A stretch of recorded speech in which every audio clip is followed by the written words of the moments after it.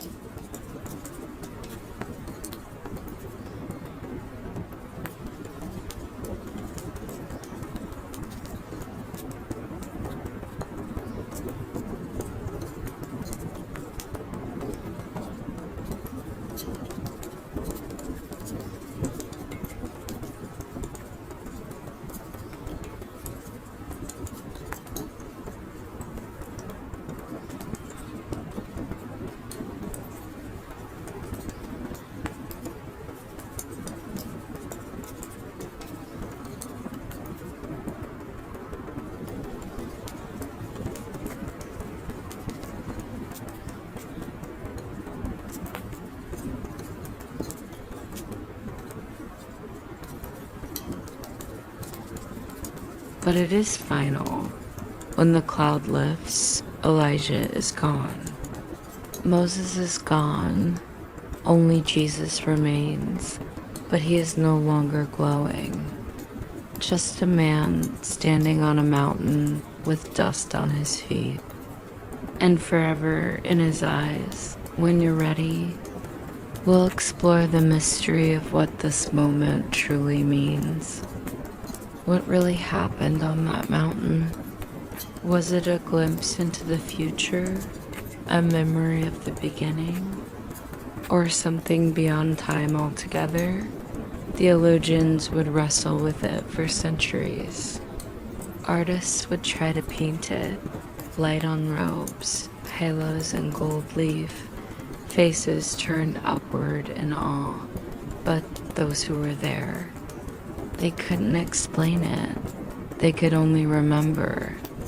The Transfiguration wasn't about proof. It was about presence. Not an answer, but a revealing. Jesus stood with the law and the prophets, with Moses and Elijah, but surpassed them both in silence. His light didn't come from the sun, it came from within, as if the veil between heaven and earth had parted, just for a moment. For those disciples, the mountain was a turning point. Before it, Jesus was the teacher, the healer, the wanderer. After it, he was something more, still human, still touchable, but also uncontainable. The voice from the cloud didn't say, "Watch him," it said, "Listen," because this wasn't about spectacle. It was about surrender. Mystics would later say that all true revelation feels like light, that when God draws near, it doesn't burn, it reveals. And that's what this was. Not magic, not illusion, but a revealing. When you're ready, we'll descend the mountain and see how that glow contrasts with the chaos waiting below. You thought the mountain would change everything, that after seeing that, the world would bend, bow, shift in reverence. But when you descend, you find chaos. A boy convulsing, a crowd arguing, the other disciples overwhelmed, powerless to cast out a spirit. And suddenly, the light of the mountaintop feels distant, like a dream swallowed by noise. This is the contrast. Revelation and reality, glory and grit. On the mountain, Jesus transfigured. Below it, Jesus tested.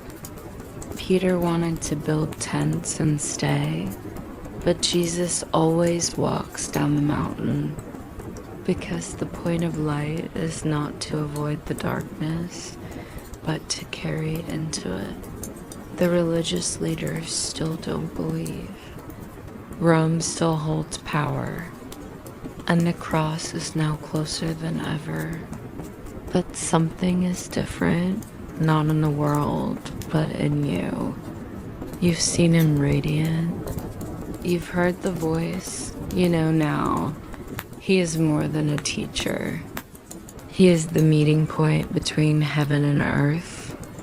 And the path he walks, you will walk it too. Not always with clarity, not always with light, but with a knowing that somewhere benoise the mountain still glows. The light that lingers tonight, you witnessed a moment few ever have. Not a miracle for the crowds, but a mystery meant for the close ones, the ones who climbed, the ones who stayed, the ones who listened. You saw Jesus not just as he was, but as he truly is. The veil lifted, the heavens opened, the word made visible, and now You return to your quiet room, your quiet breath, your quiet wondering. What does it mean to be transformed? Not once, not only on the mountain, but again and again and again. In the silence of your spirit, in the flicker of your faith, in the ordinary glow of being fully seen. The transfiguration wasn't just a moment in time.